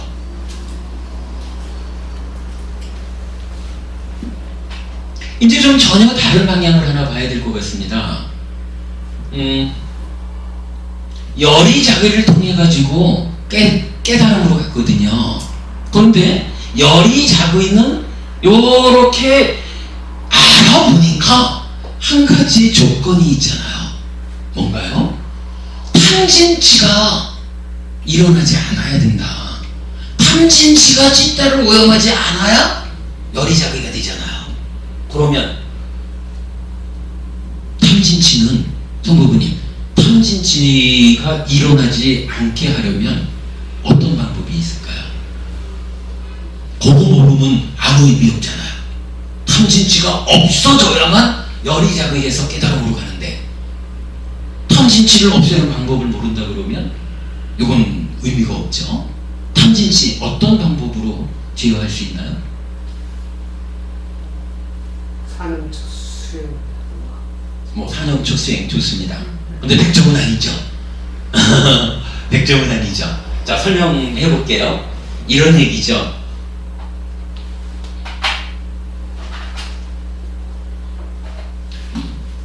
이 산이라고 하는 부분을 우리가 이제 어떻게 풀어봤냐 하면, 내적인 어떤 행위예요. 나의 내면에 어떤 것들이 쌓여가지고 하나의 그 방향성을 가지고 흘러가요. 뭐 경향 이렇게 말할 수도 있고, 기본적으로는 존재에 대한 시각이죠. 이해. 존재를 보는데 두 가지 방법이 있죠. 한 가지는 존재의 실상을 보는 게 있어요. 실상을 본다라는 건 어떻게 보는 건가요? 그렇죠. 무상고, 무악 이렇게 보는 거죠. 그런데 실상을 본다라는 일은 쉬운 일이 아니죠. 중생들은 대개 현실적으로 존재의 실상에 대한 오해를 하고 있죠. 실상을 보지 못하죠. 이 오해는 어떻게 일어나나요? 상락아정 그렇게 되죠. 뭐 이 부분 설명은 일단 넘어갈게요. 존재를 보는 데 있어서 상락아정이라는 전도된 어떤 내적인 쌓임, 요거 우리가 요거를 이제 상이라고 말을 하죠. 뭐 존재에 대한 시각을, 요걸 이제 상 이렇게 말을 하고, 그러면 경전적으로는 이렇게 나타나요. 상락아정이라는 존재에 대한 오해에 토대해서 즐기고 환영하고 묶여 있으면 아까 말씀드렸던 탐욕의 그러니까 탐의 잠재 성향이 일어나고 저항의 잠재 성향이 일어나고 무명의 잠재 성향이 일어난다. 뭐 이렇게 이야기를 하는데 또 이제 여러 경전들이 설명하는 바를 요약해 보면 결국은 이렇게 그 존재에 대한 오해 가운데 즐기고 환영하고 묶여 있으면 탐진치가 일어난다. 그래서 제가 이 탐진치를 표현할 때 탐진치가 생긴다라고 말을 하지 않죠. 생기는 거는 탐과 저항과 무명의 잠재 성향이 생기는 거예요. 그 잠재 성향들이 쌓여 있다가 즐기고 환영하고 묶여 있다라고 하는 그 내적인 행위를 통해 가지고 잠재되어 있던 게 일어나는 거죠. 탐진치가 일어난다 이렇게 말하죠 제가. 그리고 이때 이 존재에 대한 시각 상중의 오해의 상태, 요 오해의 상태를 뭐라고 부르냐 하면 무명 이렇게 부르죠. 시간 관계상 왜 요게 무명이 되느냐 하는 부분은 앞으로도 계속 이제 우리 법에 대한 수업하고 이럴 거니까 그때도 설명드리기로 하고, 아무튼 존재에 대한 오해, 상락아정의 상태, 요거를 그러니까 무상고 무아를 모르는 요런 상태를 무명 이렇게 불러요. 그 무명의 교대에서 즐기고 환영하고 묶여있다라고 하는 내적인 행위, 그거를 이렇게 말하고요. 요 무명을 조건으로 행을 조건으로 12연기가 이제 시국을 넘어가지만 어쨌든 요 무명과 행에 의해서 탐진치가 일어난다. 요 부분을 보게 돼요. 그리고 나면 이제 여기서 우리가 확실한 거 하나를 보죠. 탐진치가 일어나지 않으려면 탐진치가 어떻게 일어나는지를 이제 봤잖아요. 그러면 일어나는 상황을 보았으니까 일어나지 않는 상황도 생각해 볼 수 있죠. 이거죠. 존재에 대한 시각, 즉 상이 두 가지가 있잖아요. 오해하는 시각도 있고 실상을 보는 시각도 있거든요. 이럴 때 오해에 의해서 무명행에 의해서 탐진치가 일어났다면 그러면 답은 나오는 거죠. 실상을 보자. 존재의 실상인 무상고 무아를 바르게 보면, 요 바르게 보는 것을 뭐라고 하나요? 명 이렇게 말하죠. 그러면 이 바르게 보면 경전에서는 뭐라고 하냐면 즐기지 않고 환영하지 않고 묶여있지 않는다 이렇게 말을 하죠. 그러면 즐기고 환영하고 묶여있다라는 행위에 비해서 즐기지 않고 환영하지 않고 묶여있지 않다라고 말하는 요거는 우리가 이해하기로는, 여러분 염보라는 말을 알죠? 따지자면은 무상고 무아에서 단 한순간도 이거라고 말할 수 있는 게 아닌데 그걸 붙잡고 내가 욕심을 내고 이런 거죠. 그래서 강국 스님 같으면 이제 넌너리 친다 이렇게 번역을 했던가 그래요. 그러니까 나 이거 내가 왜 이런 아무런 값어치도 없는 것을 붙잡고 즐기고 환영하고 묶여서 탐진치를 일으켜서 괴로움으로 가느냐 이렇게 보는 거죠. 그런 거를 염오 이렇게 말하고, 이 염오에 의해서 어떻게 돼요? 탐진치가 일어나지 않죠. 일어나지 않는 걸 뭐라고 해요? 무탐, 무진, 무치 이렇게 말하죠. 그러면 간단한 거예요. 열의자그에서 깨달음으로 가려면 탐진치를 일으키지 않으면 되겠다. 탐진치를 일으키지 않으려니까 어떻게 해야 되느냐? 존재를 보는 시각을 상락아정이라는 오해 상태에서 무상고 무아라는 실상을 보는 쪽으로 바꿔보자. 그거만 하면, 그래서 내가 더 이상 오해 없이 100% 실상 그대로 무상고 무아를 본다. 이러면 100% 탐진치가 생겨나지 않는다. 그러면 천다 100%가 개입해가지고 열의작의 100%가 된다. 이런 얘기죠. 대선 부모님 오랜만에 하나 여쭤봐요. 그러면 이거 어떻게 상락아정적인 시각에서 무상고 무아적인 실상을 보는 시각으로 그걸 뭐 바꾸면 되지. 그거 어떻게 바꿔요? 바꾸는 일을 뭐라 해요? 제가 알려드릴까요? 그게 뭐냐면 우리가 말하는 윗바사나라는 수행이 그거라는 거예요. 윗바사나라고 하는 말이 상나가정이라는 나의 내적에 쌓여있는 그 어떤 존재를 보든지 다 그냥 오해를 해가지고 요거는 정말로 좋은 거, 변하지 않는 거 내꺼, 요거야말로 나고, 뭐 요렇게 말하는 그런 상나가정이라고 하는 나의 내면에 쌓여있는 어떤 우리가 싼냐 이렇게 부르는 건데, 그러니까 내적인 어떤 쌓임, 내적인 토대, 살아오는 과정이 만든 거, 그거를 내가 공부를 해보니까 이 상나가정이 쌓여있는 안에는 나의 삶이 괴로움으로 탐진치가 만들어져서, 그래서 나는 무상고무가로 나의 내적인 쌓임을 바꿀 것이야, 요렇게 맘먹고 그거를 바꾸는 작업을 하는 것을 윗바사나 수행이라고 하는 거예요. 근데 그 윗바사나 수행, 이 윗바사나 수행은 그럼 어떻게 하나요? 윗바사나라는 것은 존재를 오해하지 않고 실상한 대로 보겠어 라고 하는데, 이거를 그냥 내가 보자 이래서 보이는가? 그렇지는 않죠. 요때 윗바사나를 하는 기능이 한 가지 나타나요.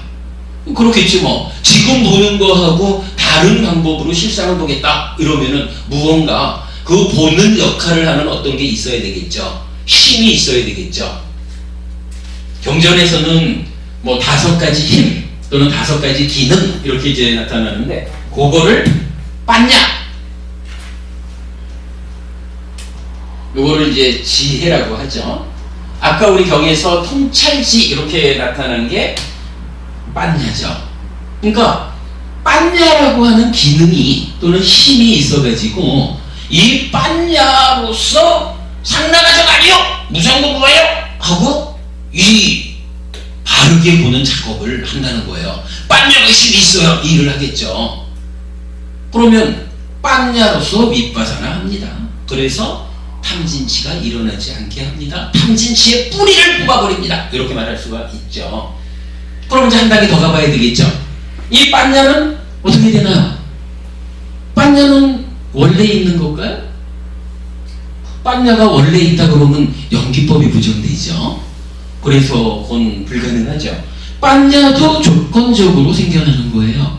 그럼 빤냐는 무엇을 조건으로 생겨날까요? 어디서 생겨나나요? 그죠? 하여간 요 빤냐는 어디에서 생기느냐 하니까 사마디, 삼매죠. 삼매라는 것은 마음이 한 끝에 집중됨 이러는데, 결국은 흔들리지 않는 평정 상태를 말하는 거죠. 마음이 하나의 대상을 다 붙잡고 흔들리지 않고 다 집중해 있을 때, 당연하죠. 흔들리지 않으면 그대로 볼 수 있잖아요. 흔들리면 안 보이던 것이 정지해주면 보이죠. 그래서 요 흔들림이 줄어들어 가면서 잘 보기 시작하는 요런 걸 빤냐 이렇게 말하는 거거든요. 그러니까 이 빤냐는 어떻게 생기느냐, 흔들리지 않아야 있는 그대로 볼 수 있구나, 그걸 빤냐라고 하는구나. 그래서 빤냐는 사마디, 삼매에 수반된다, 이렇게 우리가 표현을 하는 거예요. 타당하죠 여러분? 그러면 이제 마지막으로 이 사마디는 어디서 생기나요? 사마디도 원래 있다 하면 안 되잖아. 어머니 혹시 아셔요? 사띠, 그렇죠.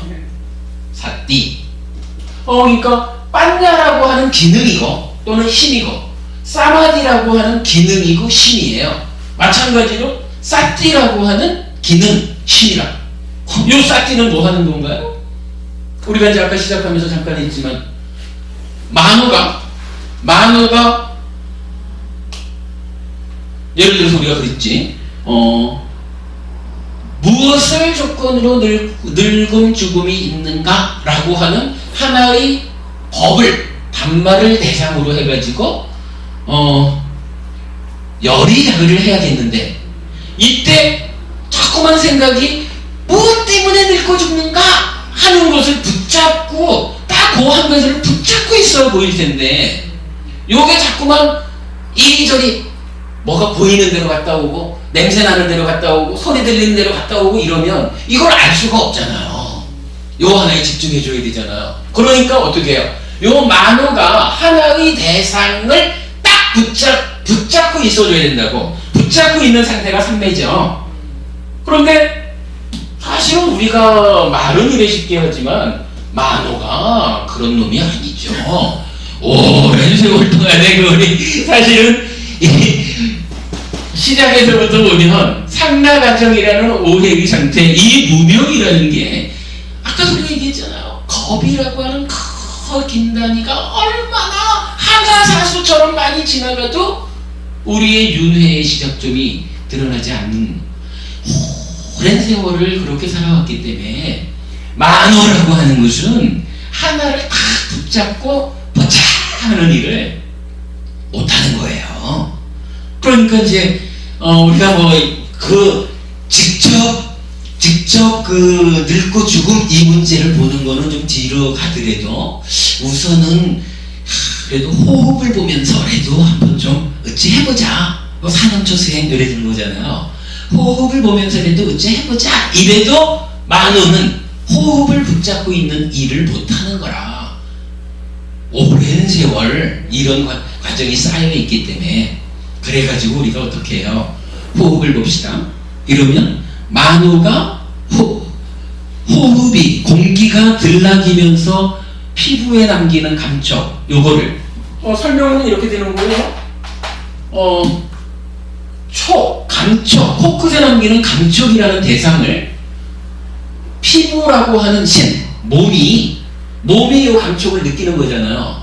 그런데 만호가 딴 데가 있으면 못 느끼잖아요. 그러니까 만호가 피부를 지원해가지고 그 공기가 남기는 감촉을 감각하는 거, 고기에 자극해서 감각하는 거. 그러니까 한 가지, 두 가지, 세 가지가 있는 거예요. 세 단계를 가지고 만호가 피부를 통해 가지고 감촉을 붙잡자 이러는데 현실적으로는 만호가 그 일을 잘 못한다 이거죠. 그때에 이 만호 그러면 안 돼. 우리가 괴로움에서 벗어나자면 만호야 네가 힘들어도 붙잡아야 돼. 요래가지고 만호가 오랜 습관 때문에 떠나가면 얼른 떠난 줄 알아가지고 만호 안 돼. 원치 망상 떠난 줄 알았다 하는 걸로 이제 만호가 망상에 빠졌구나. 망상하고 알아차려서 원위치에서 망상 원위치 요렇게 만호가 도망가는 것을 지속적으로 붙잡아가지고 호흡으로 붙잡아매는 요게 우리가 말하는 호흡 보는 수행이잖아요. 그거를 뭐라 그래요? 바로 지속적으로 떠나면 불러오고 망상 원위치 이 작업을 통해 가지고 만호를 제어하는 가운데 이때 어떤 효과가 있느냐 하면 만호가 착해지는 것보다는요 싹띠가 힘이 생기는 거예요. 우리가 지금 하면 이게 잘 안 되는 게 싹띠보다 만호가 힘이 생기니까 만호가 도망가는 걸 심약한 싹띠가 못 잡아오죠. 그럴 때 우리가 부처님이 가르쳐 주신 신수실법 이런 산염초 수행이라는 이 수행법 테크닉에 의지해가지고 싹띠를 힘있게 해줘. 떠나면 붙잡아오자. 망상원이치 이거를 반복하는 가운데 우리가 자주 하는 말이죠. 알통이 생기게 하려면 아령 들고 통이란 요거를 반복하면 알통이 생기잖아요. 싹띠가 망상원이치 요거 반복해주는 가운데 힘이 있어진다는 거예요. 그래서 싹띠가 만호보다 힘이 커지면 그때는 가지 말아서 만호야 여기 되는 거죠. 이 과정이 촉이라고 하는 거 호흡이 남기는 감촉 그거를 받아들이는 피부, 거기에 자극해주는 만호를 제어하는 싹띠 네 가지가 동시에 뭉치는 거예요. 그거를 산염초 수행 이렇게 말하자. 아까 성도부님께서 어떻게 하면 될까요? 라고 했을 때 사념처라고 말씀을 하셨으니까 제가 100점은 아닙니다 그랬지만 일단 맞는 답이에요. 사념처 수행에서 싹띠를 힘있게 하면 싹띠가 힘이 있어지니까 만호가 제어돼가지고 선매가 성취되겠죠. 그때般냐가 수반되어가지고 밑바사나 하잖아요. 그래가지고 식상을 몸으로써 탐진치가 일어나지 않는 거요. 그러면 요거만 일어나지 않으면 뒤는 저절로 되는 거죠. 그러니까 100점은 아니지만 답이에요. 그래서 우리가 이제 사념처 수행부터 그리고 뭐 여기저기서 이제 수행할 때 이렇게 뭐 밑바사나 수행을 한다고 말을 많이 하지만 사실은 밑바사나 수행은 뒷일이에요. 우리가 아직까지 삼매를 가지 못했다면 지금 우리가 해야 되는 수행은 밑바사나 이렇게 얘기할 게 아니라 사념처 수행하면 돼요. 사념처 수행을 통해 가지고 삼매가 이루어지면 그때 밑바사나는 그때 가서 하는 거예요. 이게 이제 경우에 따라서는 사념처 수행이 뭔지 밑바사나 수행이 뭔지 이런 그 체계를 모르니까 밑바사나 수행합시다 라고 하면서 실제로 사념처 수행을 하고 있기도 하고 어떤 경우에는 진짜 문제인 거는 밑바사나를 하자라고 하는 것 같아요. 근데 앞에 부분이 선행하지 않은 상태에서 밑바사나를 하자라고 하면 이거 바른 길로 못 가죠. 시간 낭비되죠. 수행에 대해서 우리가 서울법회에서도 지금 법원님들이 그래요. 수행을 하는 사람이 교리가 뭐 필요 있느냐 이랬는데 막상 해피솔법회 와서 공부를 해보니까 수행을 잘하기 위해서 교학 공부가 필요한 줄 알겠습니다. 이렇게 말하거든요. 중요한 거예요. 수행 잘하려면 교학. 왜냐하면 부처님 가르쳐 주신 대로 하는 게 최고의 방법이잖아. 그러면 부처님 가르쳐 주신 대로 배우는 게 교학 공부잖아요. 교학과 수행이 같이 가는 게 불교 공부라. 뭐 이렇게 되면 전체적으로 해결되죠. 이렇게 해가지고선 열이작의 함으로써 깨달았다. 밑바시 부처님이. 그리고 그 이후로 서가모니 부처님까지 동일한 방법에 의해서 깨달았다. 그래서 기회보가 형성되었다. 이렇게 말하는 거예요. 시간이 됐습니다만은 저기 마지막 한 가지만 더 말씀을 드릴게요. 여기서 우리가 이걸 하나 볼 수가 있어요. 보통 윗바사나로서 무상고 무아를 봅니다. 이렇게 얘기를 하죠. 그러면 여기가 수행의 끝인가? 라는 거. 그런데 사실은요, 어찌 보면 요 무상고 무아를 보았습니다. 라는 여기가 수행의 시작점이 될 수가 있어요. 우리가 저기 얼마 전에 드린 자료 중에 그 불교를 보는 큰 시각 이래가지고 법이 유의법, 그러니까 법이 이제 그 존재라는 의미에서 무위법, 유위법 이런 실상이 나타나고 오해가 있고 그러면 오해하는 데서 생겨나는 괴로움이 있고 존재의 실상을 보았다 해도 무상고, 무아, 요 고가 있잖아요. 그래서 괴로움이 두 단계로 나타납니다. 괴로움이 두 단계로 나타나기 때문에 해야 할 일도 두 단계로 두 가지가 되죠. 그러면 해야 할 일을 해서 마치는 것으로의 깨달음도 당연히 할 일이 두 개니까 깨달음도 두 단계로 나타나겠죠. 요거를 봤잖아요. 그러면 지금 이 얘기가 그거라. 밑바사나 해가지고 실상을 보았습니다. 무상고 무아를 보았습니다.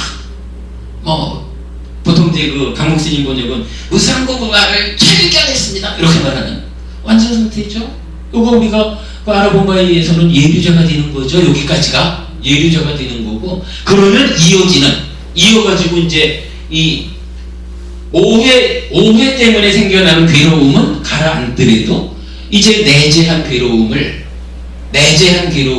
형성된 거기 때문에 내재된 괴로움 요거를 해결하는 것이 2차적인 할 일, 2차적인 깨달음으로 나타나죠. 그게 어떻게 되나요? 염호해야 되는. 일단 그러니까 무상고 무아를 보니까 염호하게 되죠.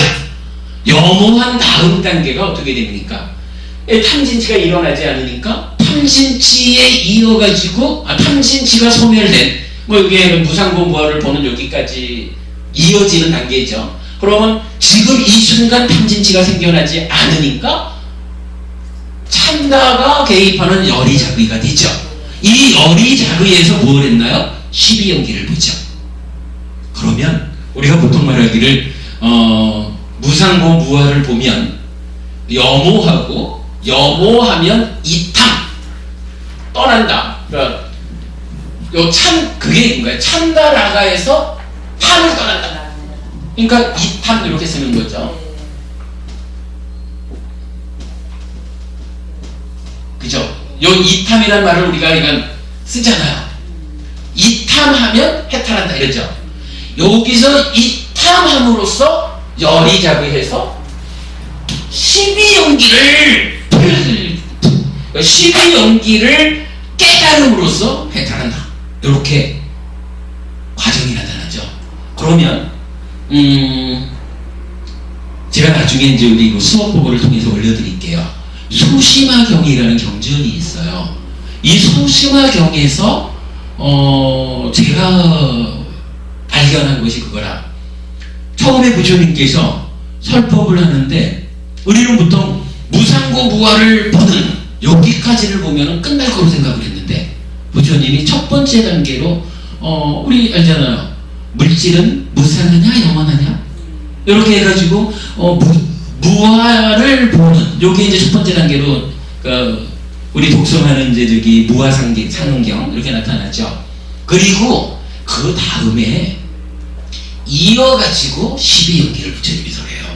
그래가지고 저는 그때 이제 그렇구나, 두 단계로 이루어져 있구나 라고 본 건데 그게 이렇게 설명이 되는 거예요. 그죠? 무상고 무화를 보았기 때문에 여모하면 여모해가지고 탐진치가 생겨나지 않으니까 찬다라가의 탐이 떨어져 나가면 찬다에 의해서 열이자비해서 12연기를 아는 거죠. 12연기를 보게 되니까 해탈한다. 이렇게 되는 거예요. 자, 여기에서 이제 그럼 여기까지 이제 해서 열의자비라는 큰 주제를 마친 거로 하고 221쪽을 한번 보겠습니다.